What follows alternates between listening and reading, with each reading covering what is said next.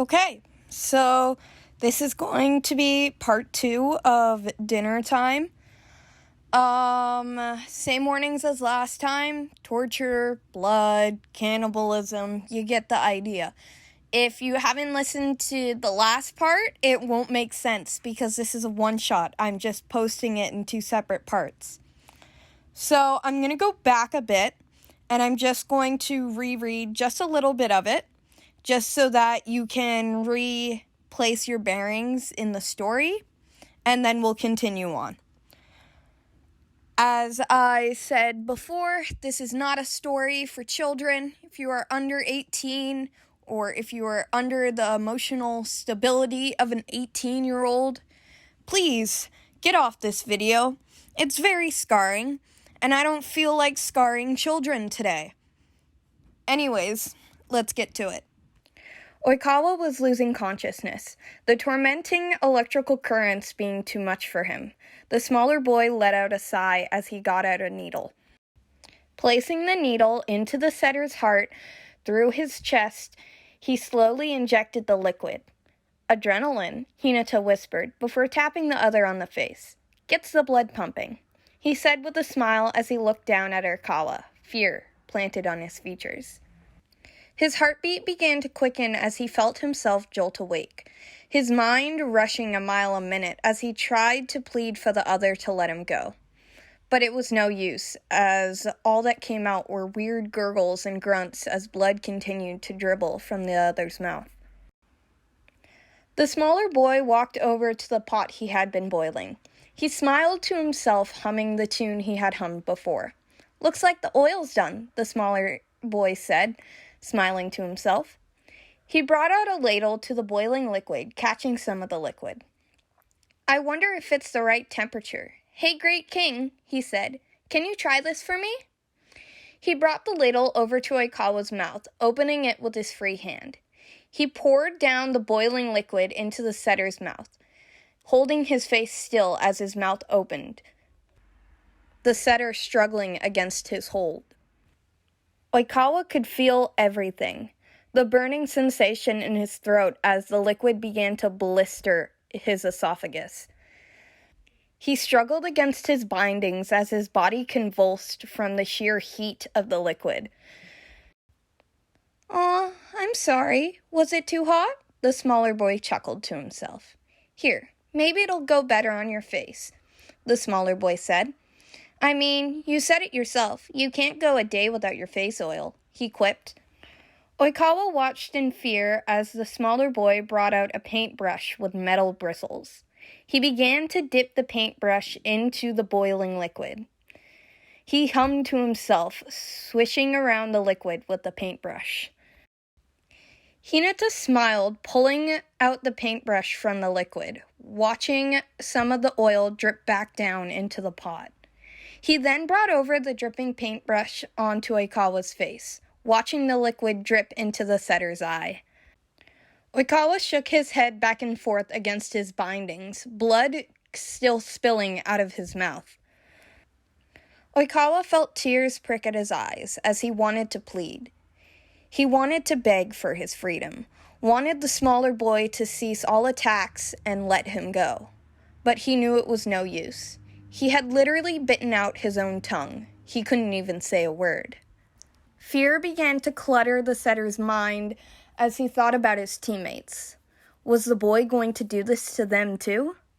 He wanted to beg the boy to never hurt his teammates, to stop this lifestyle with him.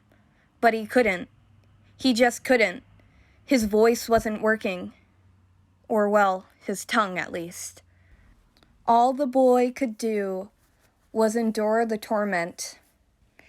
After about 2 more hours of torturing, the smaller boy looked at the time. "Crap, he'll be home in an hour," the smaller boy cursed.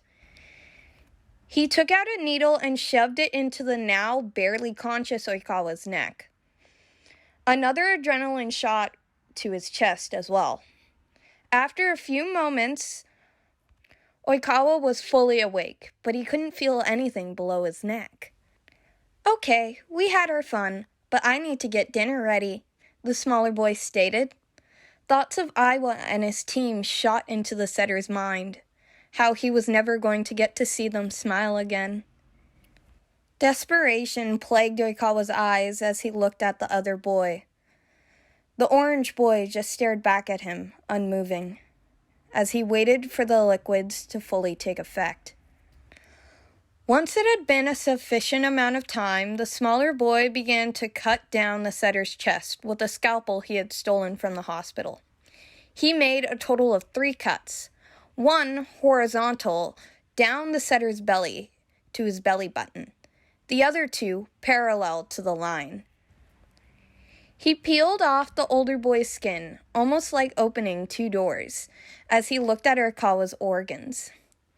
"I wonder if Kei would like liver tonight," the smaller boy said before looking at the older one. "What do you think?" Oikawa didn't answer, as he felt nothing.